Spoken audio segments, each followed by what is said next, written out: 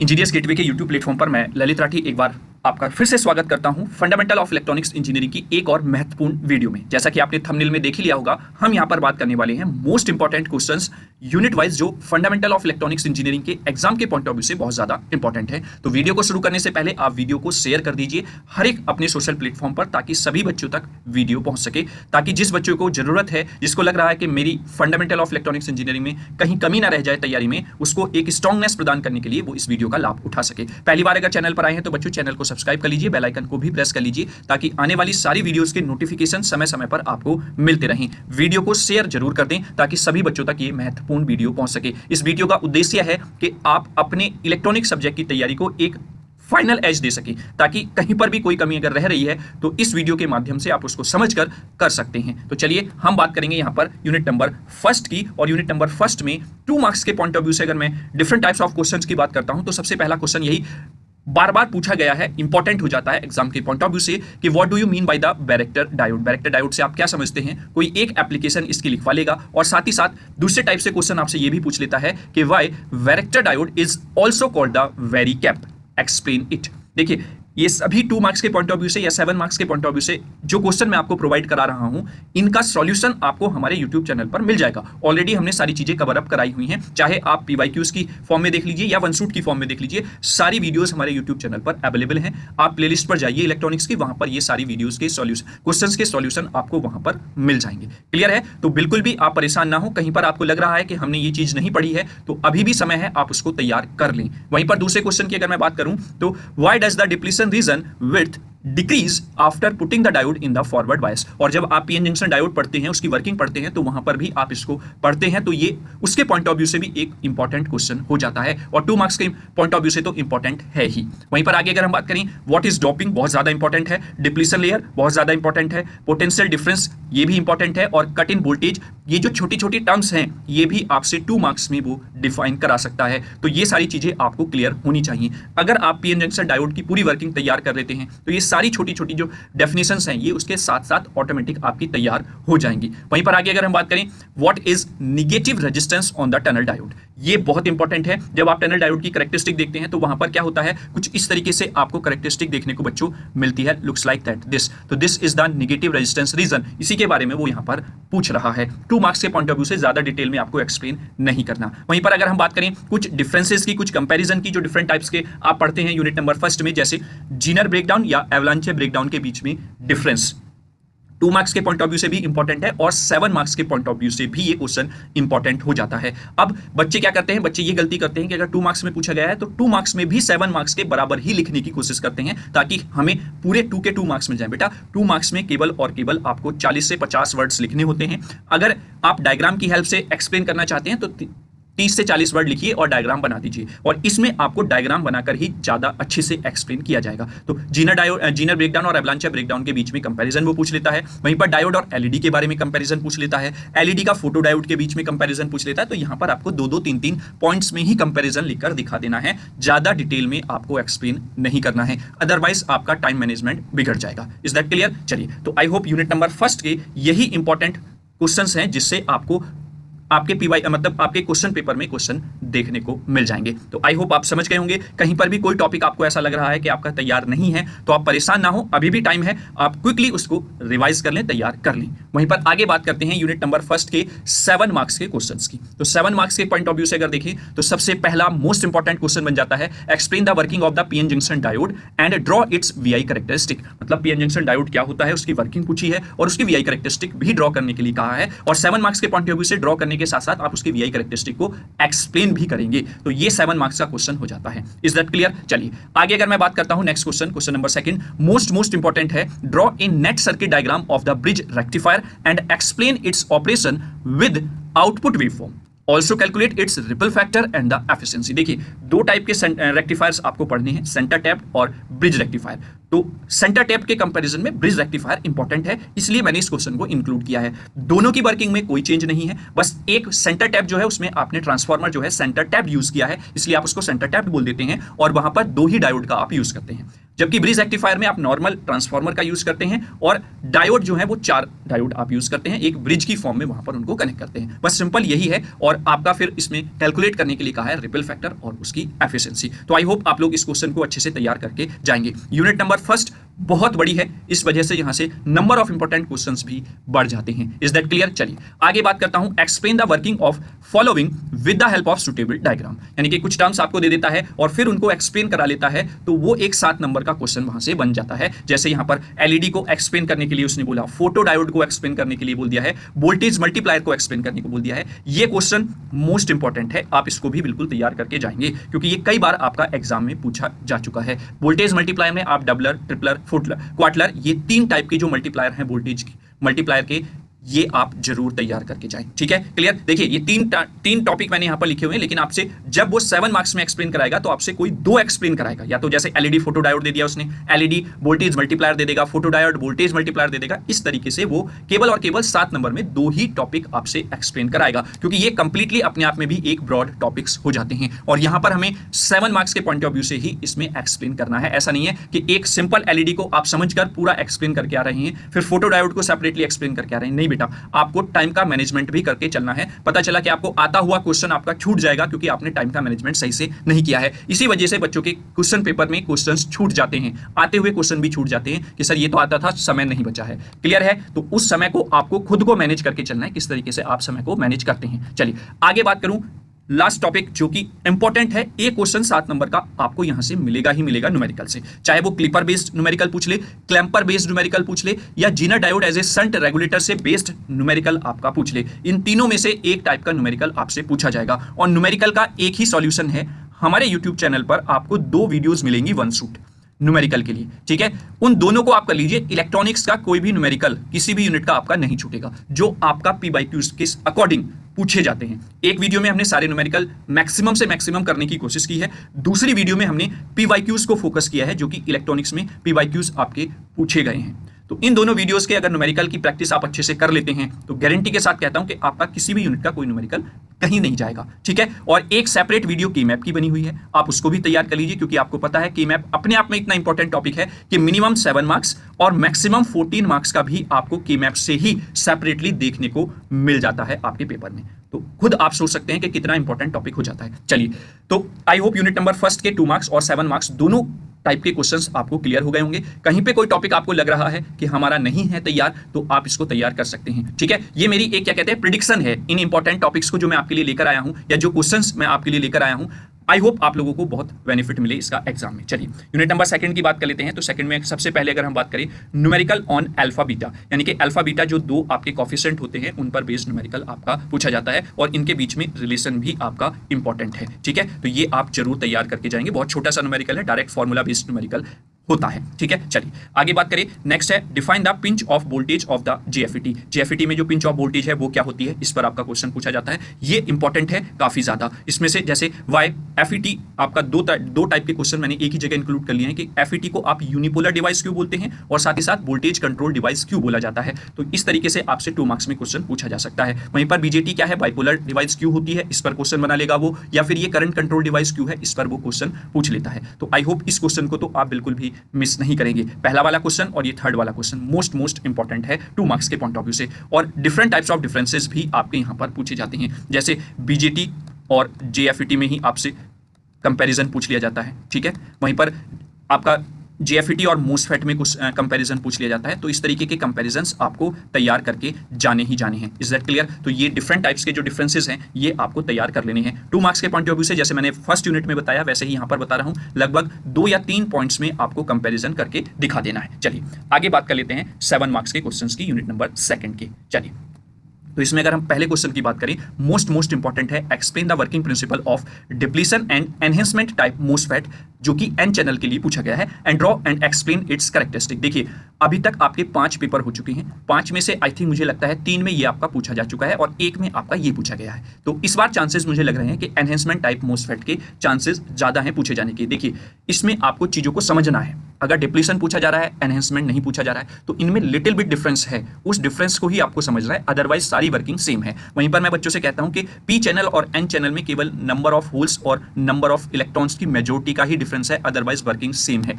जो इलेक्ट्रॉन की हेल्प से हो रहा था वो पी चैनल में होल्स की हेल्प से होता है। बस इस चीज को आपको समझना है, सारे टॉपिक्स आपके अच्छे से क्लियर हो जाएंगे। बच्चे क्या करते हैं, एक ही चीज को पढ़ लेते हैं और कॉन्सेप्ट को समझने की कोशिश नहीं करते, और जैसा ही क्वेश्चन चेंज हुआ वो वहां पर वो वहां पर उलझ जाते हैं उस क्वेश्चन में कि कैसे इसको करें, है ना। तो इस चीज को आपको विशेषकर ध्यान रख के चलना है। वहीं पर आगे बात करें, draw the circuit of NPN transistor in common ammeter and common base. यानी कि अगर मैं लास्ट 5 जो क्वेश्चंस पेपर आपकी हो चुके हैं उनकी बात करूं तो पहले कॉमन बेस पूछा गया, फिर कॉमन एमीटर पूछा गया, फिर कॉमन बेस पूछा गया। इस तरीके से ये कॉम्बिनेशन में आपका क्वेश्चन पूछा गया है अगर आप पीवाईक्यूज को उठाकर देखेंगे तो। इस पॉइंट ऑफ व्यू से आपका एनपीएन ट्रांजिस्टर में कॉमन बेस और कॉमन एमीटर इंपॉर्टेंट है। कॉमन कलेक्टर केवल और केवल एक बार पूछा गया है, जिसमें आपसे डायरेक्टली वहां पर पूछा गया था कि कॉमन कलेक्टर क्या होता है, उसकी वर्किंग को आप एक्सप्लेन करिए, ठीक है। वहीं पर इसकी वर्किंग पूछी गई and draw input output characteristic. देखिए इनपुट आउटपुट कैरेक्टरिस्टिक तो मैं इसलिए आपको इंपॉर्टेंट बोल रहा हूं कि आप हर एक टाइप की जरूर तैयार कर लें, एक जगह पर ड्रॉ कर लें। शॉर्ट, जैसे शॉर्ट नोट मैं बोलता हूं ना कि शॉर्ट नोट्स आपको तैयार करने हैं, तो सारे जो different types of NPN transistors हैं, common base, common emitter, common collector, उनकी इनपुट और आउटपुट कैरेक्टरिस्टिक तो आप जरूर एक जगह पर तैयार कर लें, क्योंकि उन्हीं में डिफरेंस है। अदरवाइज आपका कॉमन बेस में बेस कॉमन हो जाएगा, कॉमन एमिटर में कॉमन एमिटर हो जाएगा, कॉमन कलेक्टर में कलेक्टर कॉमन हो जाएगा। बस यही डिफरेंस है, अदरवाइज और कोई डिफरेंस वहां पर नहीं है। मोमेंटम तो इलेक्ट्रॉन एंड होल्स का ही होना है, क्योंकि आप बाइपोलर जंक्शन ट्रांजिस्टर की बात करते हैं, ठीक है। आई होप आप लोग मेरी चीजों को समझ रहे होंगे जो मैं यहाँ पर बताने की कोशिश कर रहा हूँ। मोस्ट इंपॉर्टेंट है, describe the construction of n channel GFET and explain how gate control the conductivity of the channel. यानी कि यहां से आपको ये जो 3 टॉपिक मैंने बताए हैं, मुझे उम्मीद है कि यहां से आपको 7 नंबर में 2 क्वेश्चन जरूर देखने को मिल जाएंगे। आई होप आपको क्लियर हो गया होगा कि मैं किस तरीके से आपको और स्ट्रॉन्ग तैयारी करने के लिए कह रहा हूं। कॉन्सेप्ट को समझिए, आप एक टॉपिक को तैयार करेंगे, उसके साथ रिलेट 3 टॉपिक 4 टॉपिक आपके अपने आप तैयार हो जाएंगे। बस आपको कॉन्सेप्ट तैयार करके चलना है। जो नोट मैंने आपको अभी क्वेश्चन नंबर 2 पर बताया था कि prepare all types of characteristic for BJT, JFET या मॉसफेट। सारी कैरेक्टरिस्टिक्स आपको एक जगह पर ड्रॉ कर लेनी है, ताकि जब आप एग्जाम के समय पर एग्जाम हॉल पर या एग्जाम सेंटर में जा रहे हैं तो आप क्विकली उन चीजों का रिवीजन कर सकें। क्योंकि डायग्राम और जो कैरेक्टरिस्टिक्स होती हैं वो बहुत ज्यादा इंपॉर्टेंट होती हैं। अगर आपसे क्वेश्चन में पूछा गया है, उसके ही मार्क्स आपको सेपरेटली, या फिर मैं कहूं कि जब एग्जामिनर कॉपी चेक करता है तो वो अट्रैक्ट करती हैं एग्जामिनर को। Is that clear? चलिए यूनिट नंबर 3 के 2 मार्क्स के पॉइंट ऑफ व्यू से बात कर लेते हैं। मोस्ट इंपॉर्टेंट है, write down the characteristic of ideal operational amplifier. यानी कि आइडियल ऑपरेशनल एम्पलीफायर की जो कैरेक्टरिस्टिक्स हैं उनको यहां पर पूछा गया है। और 2 मार्क्स के पॉइंट ऑफ व्यू से आपको सारी कैरेक्टरिस्टिक्स नहीं लिखनी है, मैक्सिमम आप 4 कैरेक्टरिस्टिक लिखिए और 2 मार्क्स का आपका काम बन जाएगा। ऐसा नहीं कि आप 7-8 कैरेक्टरिस्टिक वहां पर लिख रहे हैं, नहीं, आपको केवल 4 कैरेक्टरिस्टिक्स लिखनी है, उनसे आपके 2 मार्क्स का काम बन जाएगा। Is that clear? चलिए आगे बात कर लेते हैं दूसरे क्वेश्चन की। Explain the concept of differential operation in the operational amplifier. यानी कि डिफरेंशियल ऑपरेशन जो होता है ऑपरेशनल एम्पलीफायर में, उसके कॉन्सेप्ट को यहां पर पूछा गया है। देन आगे बात करते हैं, जो छोटी छोटी टर्म्स हैं वो डिफाइन आपसे करा सकता है, जैसे कॉमन मोड रिजेक्शन रेशो हो गया, स्लू रेट हो गया है, वर्चुअल ग्राउंड क्या होता है, वोल्टेज फॉलोवर क्या है, एक्सेट्रा, और numerical based on these factors. जैसे कि आपसे स्लू रेट कैलकुलेट करा लेगा, वो CMRR कैलकुलेट करा लेगा, तो इस पर बेस्ड आपका न्यूमेरिकल भी पूछा जा चुका है। 4 से 5 लाइन में आपका न्यूमेरिकल खत्म हो जाएगा, क्योंकि आपका डायरेक्ट फॉर्मूला बेस्ड न्यूमेरिकल यहां से बनता है। लेकिन इनकी डेफिनेशंस आप जरूर तैयार करके जाएंगे, सेपरेटली आपसे डेफिनेशन भी पूछी जाती हैं। Is that clear? चलिए आगे बात कर लेते हैं यूनिट नंबर 3 के 7 मार्क्स के इंपॉर्टेंट क्वेश्चंस की। तो सबसे पहला है, most important, draw the block diagram of the operational amplifier and list all the ideal characteristic of the op amp. अब यहां पर आपको सारी कैरेक्टरिस्टिक लिखनी है, जो भी आपको 7-8 कैरेक्टरिस्टिक इसकी याद हैं वो सारी यहां पर आपको लिखकर दिखानी है, क्योंकि ये 7 नंबर में आपसे क्वेश्चन पूछा गया है। क्योंकि इसका एक पार्ट आपका है draw the diagram of operational amplifier. आप इसको ये मानकर चल सकते हैं कि 4 मार्क्स का ये वाला पार्ट है और 3 मार्क्स का आपका ये वाला पार्ट है। तो इस 3 मार्क्स में आपको 7 से 8 जो भी कैरेक्टरिस्टिक्स है वो सारी लिखकर दिखानी है, और यहां पर इसके डायग्राम को, जो ब्लॉक डायग्राम है ऑप्टिकल फाइबर का, वो ड्रॉ करना है और उसको एक्सप्लेन करना है हर एक ब्लॉक को। Is that clear? चलिए नेक्स्ट क्वेश्चन की बात करें तो, explain the working of the operational amplifier as a integrator and differentiator and drive its output equation. अगर मैं आपको लास्ट 5 क्वेश्चंस पेपर जो कि आपके सिलेबस के अकॉर्डिंग हुए हैं उनमें बात करूं तो लगभग 3 से आई थिंक 4 बार ये वाला इंटीग्रेटर वाला क्वेश्चन पूछा जा चुका है। Is that clear? तो आई होप आप लोग समझ गए होंगे इस क्वेश्चन की इंपॉर्टेंस भी, कितना इंपॉर्टेंट ये क्वेश्चन है। तो इंटीग्रेटर और डिफरेंशिएटर आप जरूर तैयार करके जाएंगे, उसकी वर्किंग और उसकी आउटपुट इक्वेशन। वहीं पर अगर हम 3rd क्वेश्चन की बात करते हैं तो, draw the circuit diagram and explain the working of the subtractor using the operational amplifier. ये भी आपका इंपॉर्टेंट हो जाता है अगर आप इंटीग्रेटर और डिफरेंशिएटर से दूसरे टाइप्स के जो भी ऑपरेशनल एम्पलीफायर हैं उनमें आपका सबट्रैक्टर इंपॉर्टेंट है। और drive the expression for the output voltage. देखिए कोई सा भी आप integrator, differentiator, subtractor, summer, inverting, non inverting कोई सा भी तैयार करें तो उसका एक्सप्रेशन है आउटपुट वोल्टेज के लिए, वो आप जरूर तैयार करें। और इसका एक ही सॉल्यूशन है, वो है हमारे यूट्यूब चैनल पर आपको यूनिट नंबर 3 की एक बेहतरीन वन शूट वीडियो देखने को मिल जाएगी। अगर आपने उस लगभग वो 3 घंटे की वीडियो है, अगर आपने उसको कवर कर लिया तो आपका यूनिट नंबर 3 बिल्कुल हलवा आपको लगेगा, क्योंकि बिल्कुल बेस से, बिल्कुल block diagram of operational amplifier से सारी चीजें शुरू करके सभी टाइप के integrator, differentiator, subtractor, summer, non inverting, inverting सब वहां पर स्टेप बाय स्टेप बिल्कुल एक जैसे कहते हैं ना एक सीढ़ी की तरह, पहली सीढ़ी फिर दूसरी फिर तीसरी, इस तरीके से तैयार किया गया है। तो आपको समझने में भी बहुत आसानी होगी और आपको कोई प्रॉब्लम नहीं होगी उस यूनिट को बहुत अच्छे से तैयार करने में। ठीक है, तो आप वो वीडियो जरूर देख लें, प्लेलिस्ट में ही आपको मिल जाएगी, या फिर मैं नीचे इस वीडियो के डिस्क्रिप्शन में सभी वीडियोस का लिंक प्रोवाइड करा दूंगा आपको, या पूरी प्लेलिस्ट का लिंक प्रोवाइड करा दूंगा ताकि आपको कहीं इधर उधर ना घूमना पड़े। Is that clear? और एट द एंड बात करता हूं तो explain the circuit configuration of an inverting amplifier using an operational amplifier. इसको आप चॉइस में रख सकते हैं। ठीक है, यानी कि ये एक चॉइस में आप क्वेश्चन तैयार कर सकते हैं, अदरवाइज आपको यहीं से इन 3 में से एक क्वेश्चन देखने को 7 नंबर में मिल ही जाएगा। और एक 7 नंबर का क्वेश्चन आपका पक्का बनता है न्यूमेरिकल से ऑपरेशनल एम्पलीफायर के। ऑपरेशनल एम्पलीफायर पर बेस्ड न्यूमेरिकल आपका पूछा जाता है 7 नंबर के पॉइंट ऑफ व्यू से, मोस्ट इंपॉर्टेंट आपका क्वेश्चन है। तो आई होप आप लोग यूनिट नंबर 3 के 2 मार्क्स और 7 मार्क्स के इंपॉर्टेंट क्वेश्चन भी समझ गए होंगे, कौन से क्वेश्चन इंपॉर्टेंट बन जाते हैं। चलिए, तो और मैंने सॉल्यूशन भी बता दिया है कहां पर आपको मिलेगा। एक 3 घंटे की यूनिट नंबर 3 की वन शूट वीडियो है। वैसे मैं सारी वीडियोस का जो प्लेलिस्ट बनी हुई है उसका लिंक मैं आपको वीडियो के डिस्क्रिप्शन में प्रोवाइड करा दूंगा, वहां से जाकर आप 1 बाय 1 वीडियो को देख सकते हैं। चलिए अब बात कर लेते हैं यूनिट नंबर 4 के 2 मार्क्स के इंपॉर्टेंट क्वेश्चंस की। तो यूनिट नंबर 4 में सबसे इंपॉर्टेंट है 2 मार्क्स में अगर आपसे पूछा जाता है तो 1s कॉम्प्लीमेंट और 2s कॉम्प्लीमेंट फाइंड आउट कराने के लिए बाइनरी नंबर का। वहीं पर दूसरे क्वेश्चन की बात करूं तो यूनिवर्सल गेट क्या होता है, इसके सिग्निफिकेंस क्या है डिजिटल सर्किट में या डिजिटल इलेक्ट्रॉनिक्स में, यह क्वेश्चन आपसे 2 नंबर में पूछा जा सकता है। या what are the universal gate, इस तरीके से पूछ सकता है, यूनिवर्सल गेट कौन से हैं, है ना। और एट द एंड बात करूं तो सिंप्लीफाई करने के लिए आपसे क्वेश्चन पूछता है 2 मार्क्स में with the help of the Boolean algebra, जिसमें डिफरेंट टाइप्स के लॉज आप यूज करके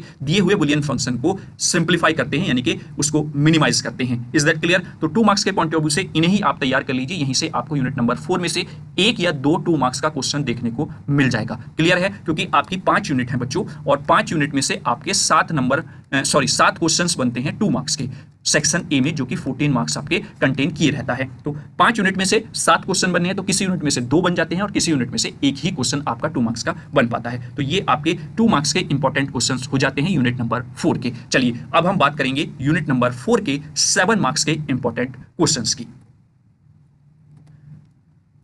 तो यूनिट नंबर 4 के पहले 7 मार्क्स के इंपॉर्टेंट क्वेश्चन की अगर मैं बात करूं तो वो हो जाता है यूनिवर्सल गेट क्या होते हैं, उनको डिफाइन कीजिए। साथ ही साथ इंप्लीमेंट करने के लिए बोल देता है यूनिवर्सल गेट, जैसे कि एंड हो गया, और हो गया, नॉर हो गया है, बाय यूजिंग द जो 2 यूनिवर्सल गेट होते हैं नैंड और नॉर, इनकी हेल्प से आपको ये गेट ड्रॉ करने के लिए बोल देता है। अब ये क्वेश्चन अगर नहीं भी पूछा जाता तो ये क्यों इंपॉर्टेंट है उसका भी मैं रीजन आपको बता देता हूं। जब आपसे क्वेश्चन के मैप से पूछा जाता है और मिनिमाइज करने के लिए आपसे वेव फंक्शन को, मतलब जो फंक्शन आपको दिया जाता है उसको मिनिमाइज करने के लिए आपसे कहा जाता है, तो मिनिमाइज करके जो आपके पास एक्सप्रेशन आता है उसको वो फिर इंप्लीमेंट कराता है only by the NAND gate या फिर only by the NOR gate. तो उस पॉइंट ऑफ व्यू से ये क्वेश्चन इंपॉर्टेंट हो जाता है। आप इन सब गेट को डिजाइन करने की प्रैक्टिस जरूर कर लें, किससे, नैंड या नॉर गेट से। यहां पर तो एंड और नॉर दिया हुआ है, साथ ही साथ नॉट गेट को भी इनकी हेल्प से इंप्लीमेंट किया जाता है। वहीं पर आपका और जो भी एक्सप्रेशंस हैं, क्योंकि यूनिवर्सल गेट इसको इसलिए बोला जाता है कि आप कोई भी एक्सप्रेशन इनकी हेल्प से ड्रॉ कर सकते हैं। तो इसकी प्रैक्टिस आप जरूर कर लें, क्योंकि इस के मैप का 7 मार्क्स का क्वेश्चन बनेगा ही बनेगा, और उसमें आपसे नैंड या नॉट से इंप्लीमेंट कराता है मोस्ट ऑफ द जो आपका रिजल्ट मिनिमाइज करके आता है उसको। अगर आप वो नहीं करते हैं तो आपका क्वेश्चन आधा अधूरा रह जाता है। Is that clear? चलिए आगे बात कर लेते हैं नेक्स्ट। तो नेक्स्ट में जो कॉम्बिनेशन है डिफरेंट टाइप्स के क्वेश्चंस का वो पूछ लेता है 7 नंबर में। जैसे बेस कन्वर्जन पूछ लेगा, 1-2 बेस कन्वर्जन दे देगा, फिर किसी नंबर का कॉम्प्लीमेंट पूछ लेगा,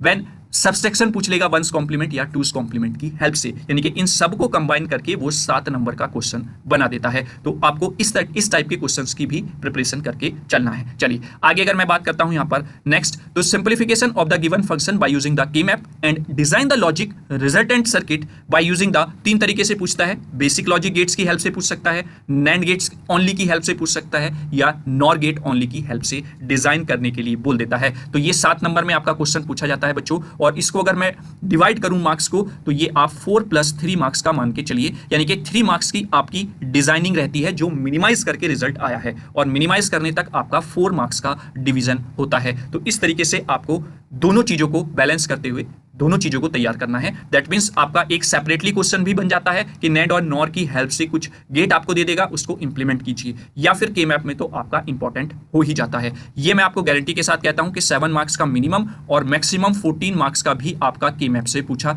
जाता है, क्योंकि अगर आपका सेक्शन बी में के मैप का क्वेश्चन पूछ लिया और एक सेक्शन सी में पूछ लिया तो दोनों 14 मार्क्स आपके यहीं से कवर अप हो जाते हैं। तो दैट मींस के मैप मोस्ट इंपॉर्टेंट है, आप उसको तैयार जरूर करें। देखिए अगर एट द एंड मैं आपको बताऊं तो यूनिट नंबर 3, यूनिट नंबर 4 और यूनिट नंबर 5 जो है बहुत इजी हैं, आप इनको आसानी से कर सकते हैं कवर। तो इनमें कोई कमी आपकी नहीं रहनी चाहिए। अगर आपको अभी भी लग रहा है कि हमने कोई चीज नहीं पढ़ी है तो आप उसको तैयार जरूर कर लें बच्चों। आगे बात कर लेते हैं यूनिट नंबर 5 यानी कि लास्ट यूनिट जो 5th है उसके इंपॉर्टेंट 2 मार्क्स और 7 मार्क्स के क्वेश्चन की। 2 मार्क्स में अगर मैं सबसे पहले बात करूं तो सबसे पहले मॉड्यूलेशन इंडेक्स क्या होता है एम्पलीट्यूड मॉड्यूलेटेड वेव का, वो आपके 2 मार्क्स में पूछा जाता है। Then write 2 applications of satellite या फिर रडार कम्युनिकेशन, 2 नंबर के पॉइंट ऑफ व्यू से इंपॉर्टेंट है। अब बच्चे क्या करते हैं, जब एप्लीकेशन पूछी जाती है तो उनको एक्सप्लेन भी करने लगते हैं। नहीं बेटा, 2 मार्क्स में आपसे 2 एप्लीकेशन लिखने के लिए कहा है तो आप उन दोनों को ही लिखिए। अगर उसने बोला है कि एक्सप्लेन इट, देन आप एक्सप्लेन करेंगे, और वो भी इतना डिटेल में एक्सप्लेन नहीं करना होता है क्योंकि आपको एट द एंड मार्क्स 2 ही मिलने हैं।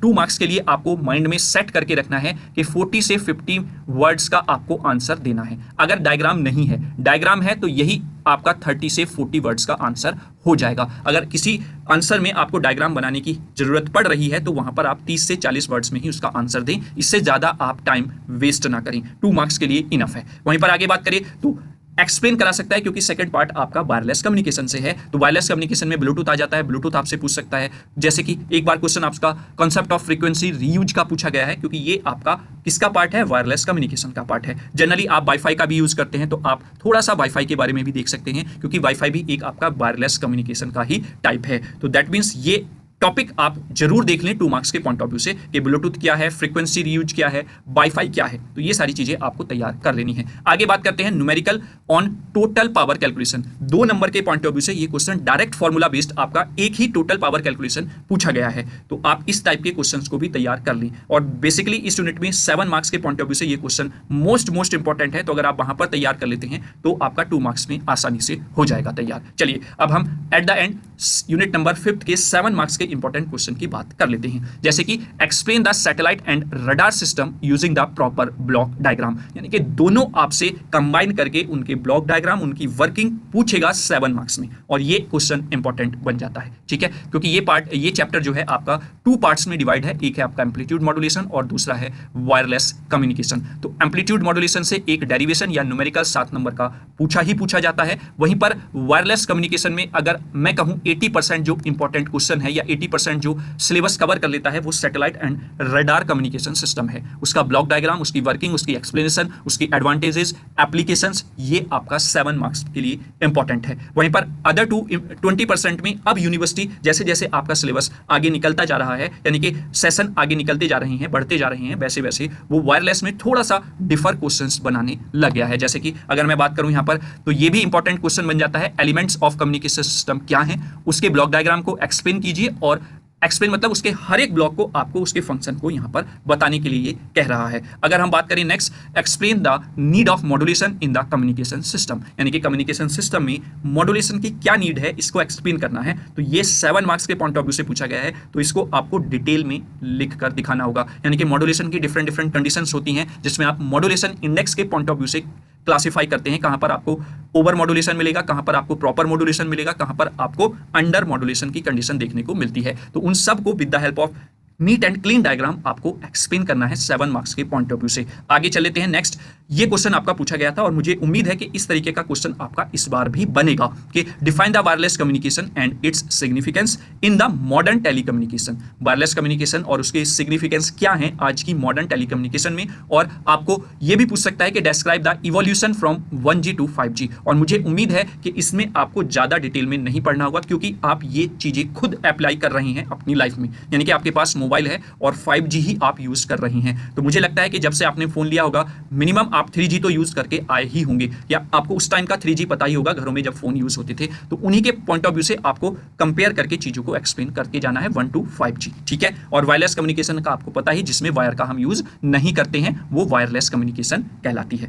Is that clear? तो ये आपका सेकेंड पार्ट जो है कम्युनिकेशन का वायरलेस, उसका पार्ट हो जाता है जहां से ये क्वेश्चन आपका बनने के चांसेस इस बार मोस्ट ऑफ द हैं। वहीं पर एट द एंड अगर मैं बात करूं तो derivation of the amplitude modulation, जिसमें हम पावर कैलकुलेट करते हैं, मॉड्यूलेशन इंडेक्स फाइंड आउट करते हैं, बैंडविड्थ फाइंड आउट करते हैं, वो सारी चीजें हम एक पर्टिकुलर डेरिवेशन की बात कर रहे हैं और उसी पर बेस्ड न्यूमेरिकल आपका बनता है, यानी कि यही सारी चीजें न्यूमेरिकल में आपसे कैलकुलेट कराई जाती हैं। तो आई होप आप लोग इस टॉपिक को बहुत अच्छे से तैयार करके जाएंगे। यहां से आपको 7 मार्क्स का डेफिनेटली एक क्वेश्चन देखने को मिलेगा ही मिलेगा, सेक्शन बी या सेक्शन सी में। बचे हुए ये जो 4 क्वेश्चन है इसमें से आपका 2 क्वेश्चन बनने हैं। Is that clear? तो आई होप आप लोग समझ गए यूनिट नंबर 5 में 7 मार्क्स के जो इंपॉर्टेंट क्वेश्चंस हैं वो आपको क्लियर हो गए होंगे। तो आई होप आपको वीडियो अच्छा लगा होगा। वीडियो अगर अच्छा लगा है तो अपने वैल्यूएबल कमेंट्स कमेंट बॉक्स में लिखना न भूलें। और साथ ही साथ जैसा कि मैंने शुरुआत में भी आपको बोला था कि वीडियो को ज़्यादा से ज़्यादा बच्चों तक पहुंचाएं, वो आप शेयर करके सभी बच्चों तक पहुंचा सकते हैं, ताकि इस महत्वपूर्ण वीडियो का, जिसमें मैंने कुछ selective important questions unit wise लिए हैं जो कि एग्जाम के पॉइंट ऑफ व्यू से इंपॉर्टेंट है अकॉर्डिंग टू माई प्रिडिक्शन, और हो सकता है कि यहाँ से आपको क्वेश्चन एज इट इज भी देखने को मिल जाए। देखिए लैंग्वेज घुमा सकता है लेकिन टॉपिक आपसे वही पूछा जाएगा, ठीक है। तो ताकि सभी बच्चों का बेनिफिट हो सके तो वीडियो को आप ज्यादा से ज्यादा शेयर कर दें। और अगर पहली बार चैनल पर हमारे विजिट किए हैं तो चैनल को सब्सक्राइब भी कर लीजिए, बेल आइकन को भी प्रेस कर लीजिए ताकि आने वाली सारी वीडियोस के नोटिफिकेशन समय समय पर आपको मिलते रहें। तो चलिए मिलेंगे अब इलेक्ट्रॉनिक्स के मॉडल पेपर के साथ, तब तक के लिए जय हिंद जय भारत।